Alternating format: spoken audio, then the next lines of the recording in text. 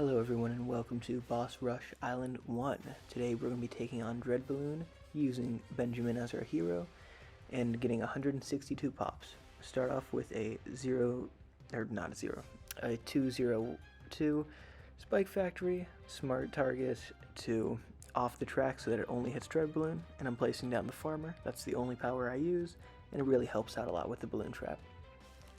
As soon as physically possible, you're going to want to upgrade to spiked balls, and then I just placed down a glue gunner to slow down the balloons. It shouldn't matter, but whatever.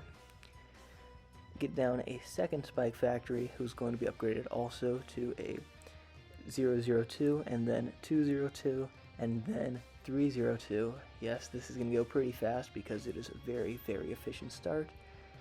I hope you're keeping up with it, and of course set it off of the track.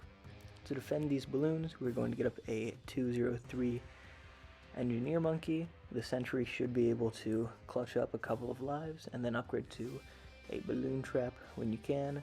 I do it a little bit slow, which is going to cause us to leak a little bit more, but you shouldn't really have to worry about leaks that much. I've done this 3 times and I didn't die in any of them, so it's okay.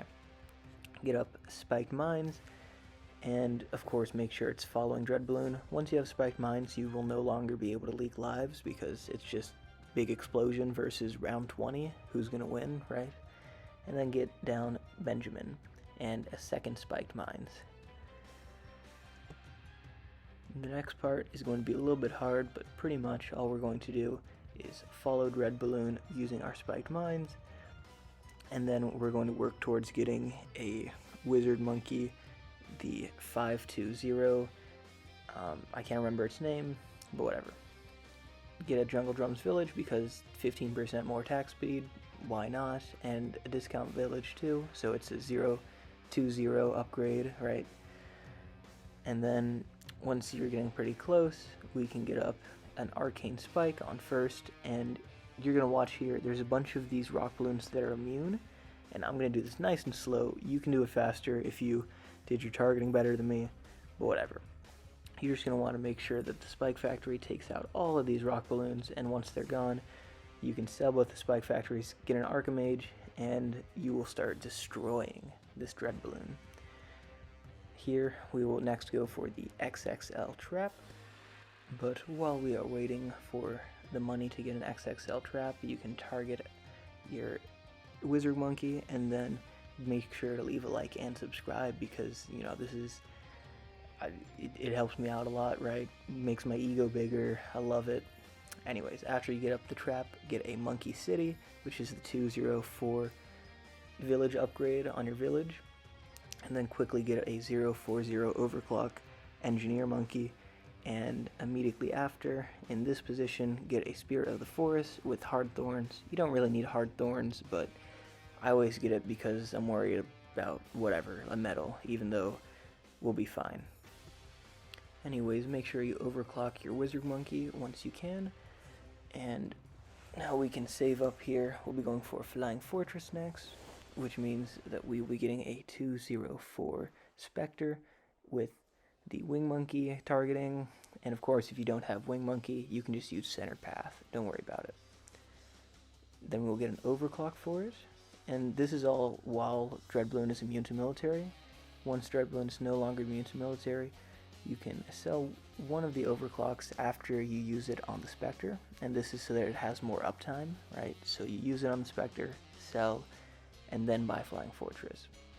I hope that makes sense to you, and it's just because overclock gives more uptime on tier 4s, so it'll work longer. Here, I'm kind of just getting up a second overclock. Again, that is a 040 Engineer Monkey. And now we're going to go for a Smart Spikes, 402 Spike Factory. Sorry, I'm getting my numbers a little confused. Anyways, now we can go for a 240 Village Monkey, which is the Call to Arms. Call to Arms works amazingly with Spike Factory. It gives 50% more attack speed, which is great, right? That's going to help out for the Spike Factory and the Flying Fortress. And you're going to see here, I'm actually waiting to use it. And that's because it's so much better on the Spike Factory than it is on anything else. But once you get super mines, you can use your call to arms, and you'll notice 50% attack speed and pierce is what it says. And for the Spike Factory, pierce is damage, which means it's giving 50% more damage, and then also multiplying that by 50%. So instead of giving 1.5x damage, it gives 2.25x damage, which is just really cool, and it's going to make our Spike Factory so much more powerful than even it was last week. Anyways, you're going to want to make sure you're targeting Spike Factory, and I get up a bunch of overclocks here. 4 of them is a little overkill. We're only overclocking 2 towers, but in this event we get so much money that it does not matter. Like, it's hard not to make enough money. Up next, I go for the bottom path boomerang tier 5, which is simply so that we can get our Paragon later. Hey guys, leave a like and subscribe. Anyways, after that, I just go for more tier 5 monkeys, and you can see where I put my Cripple Moab. Just make sure it is within the range of a Jungle Drums village, and then I go for the Sky Shredder and a Glue Storm. I then get a Glue Strike. Now, I do recommend you get it, but with the number of abilities we have here, it's not worth it. I never actually used the Glue Strike in a productive manner. I just kind of clicked it next to the Glue Storm, which didn't help out, but whatever. We also have 4 overclocks here, and I'd recommend you can get up a 5th, alright? Just make everything overclocked, am I right? If it's immune to support, don't overclock the Spike Factory. Other than that, you're fine. And if you want to, you can set your boomerangs to last, and they'll get a little bit more pops. However, getting a degree 20 is extremely easy, so you shouldn't have to worry about it. Anyways, the hardest part about this boss is ability management, but all you want to do is make sure that your homeland defense is not overriding your call to arms, and that you overclock everything that you can, right? It's a lot of work, but if you keep slowed down for most of the time and you use 5 overclocks like me, it's hard to mess up because everything, like, you just have so many more overclocks than you need, so it's pretty chill. Anyways, you'll see here at 119 pops, we are now getting ready to overclock and start using the super mines again. So you target it to Dreadbloon and overclock it. Pretty chill. And this is going to be immune to primary phase, right? Which means that after this phase, we are going to want to get up our Boomerang Paragon. In order to get our Boomerang Paragon, we will first spam down boomerangs with all the slots that we have left, and upgrade them all to 022. You have plenty of time here, so just take it slow and steady, and make sure that you're using all of your abilities. Again, I wouldn't recommend that you get up the Glue Strike, so you should have an extra monkey slot to place down another boomerang, and it'll be a-okay. I'm a little concerned that they're going to update the game, so if there was a big game update and the Boomerang Paragon is now much more expensive, then you're going to have to sell a couple of things in order to get the Boomerang Paragon. In order of things to sell, I'd recommend, you sell your homeland defense or maybe some overclocks, whatever. Just make sure you can afford that Boomerang Paragon because it's very good. I upgrade all of my boomerangs to 042s, however 420 is the most efficient way to do it. So you do you, but assuming the update hasn't happened yet, you should have enough money for the Boomerang Paragon once you get to 130 Dreadbloon pops. Just make sure you're using your overclocks and targeting your Spike Factory correctly, otherwise you might be a little bit slower, but don't worry too much. Sell your Sky Shredder for the Glaive Dominus, and make sure it is in the spot that I put it. I got to degree 28 with only like 9 monkey slots devoted to boomerangs, so yeah, it's very easy to get degree 20. You don't need degree 40, which is why I don't get it. However, if you want to, I'm sure you can find a way to do it, right? Be creative.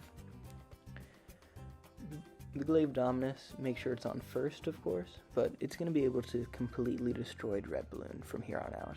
Alright, the only things you have to worry about is keeping your Sky Shredder and your Super Mines overclocked, but other than that, we're just going to be placing down some boomerang monkeys, or not boomerangs, sorry, placing down some ninja monkeys, because our next Paragon is the Ninja Paragon. Who could have guessed it? Ninja Paragon, obviously, is extremely powerful, and I just placed my Grandmaster on last. It's going to rake up some pops. I really doubt it'll do much more than a degree or two, but it's still worth doing.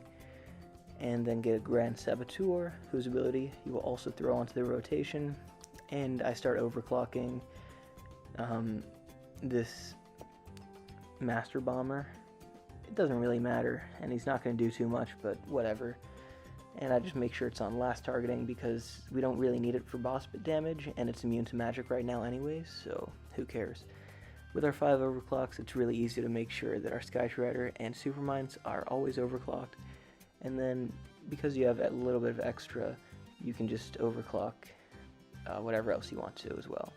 You'll see here that my game lagged a ton, so what I recommend you do is not spam the buttons extremely hard. I was mashing H and click, and the game did not like it. It wanted to crash, so don't do that. Get up 032 Shinobi Tactics. Get as many of them as you have tower space left, and I sold the Archimage for it because, well, Dreadbloon's immune to magic, so the Archimage is not going to be doing too much. That makes sense to you? If it doesn't, then figure out what category Archimage is in and think again. Alright, sorry for being a little bit toxic there. Make sure Supermines is targeted.